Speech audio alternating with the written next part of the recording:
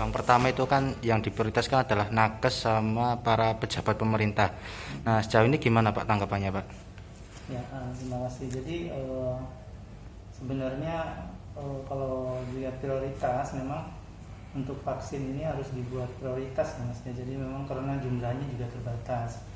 Jadi kenapa dibuat prioritas itu karena memang berdasarkan jenjang kebutuhan yang urgent ya kalau menurut saya.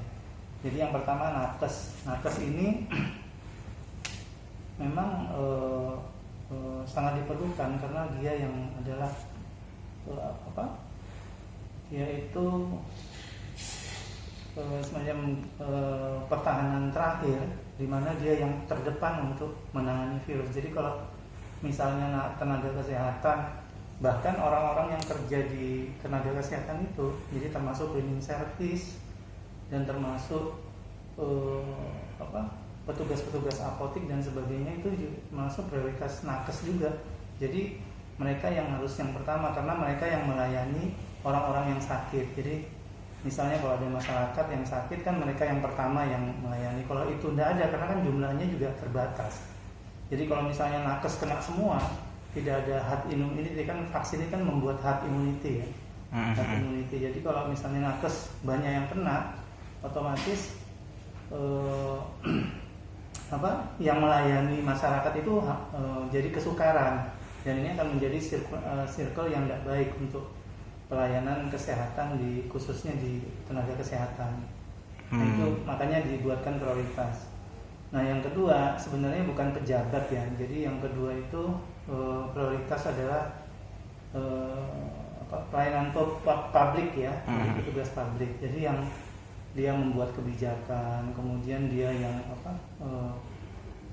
kontak dengan antar dinas, mungkin kontak dengan orang-orang yang istilahnya yang geraknya itu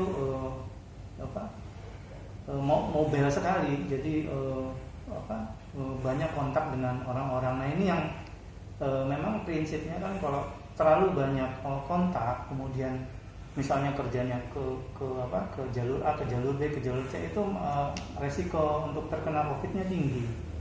Jadi berdasarkan prioritas itu, maka itulah yang mungkin yang pertama-tama harus diberikan vaksin, dan dia akan terbentuk herd immunity, imunnya naik, intinya imunoglobulinnya itu muncul, antibodinya muncul, sehingga dia tidak bisa terkena ya, tapi dia itu nanti sukar untuk terkena, walaupun terkena nanti gejalanya ringan. Nah, kalau sukar terkena, jadi nanti mobilitasnya nakes, mobilitasnya petugas publik ini tidak menularkan lagi ke orang-orang, karena kan nanti yang tertular itu kan bisa pulang ke rumah, kemudian membawa virus ke keluarganya dan sebagainya. Ini kan jadi rantai. Jadi prioritas itu yang sebenarnya yang dipikirkan. Jadi bukan kita melihat sudut pandang kok harus pejabat atau apa, enggak. Jadi prioritas itu dilihat dari sudut pandang yang harusnya kita pahami betul bahwa mata rantai ini bisa terputus seperti itu. Baik Pak, ini kan masyarakatnya diperkirakan April bisa dapat vaksin. Mungkin harapannya, pesan-pesannya Pak, kan lama tuh Pak waktunya Pak, gitu sih. Iya, jadi 2 gelombang ya kalau tidak saya dengar itu, Januari sampai Maret sampai April ya. Jadi memang sesuai dengan jumlah ini kan itu ada 2 kali suntikan. Jadi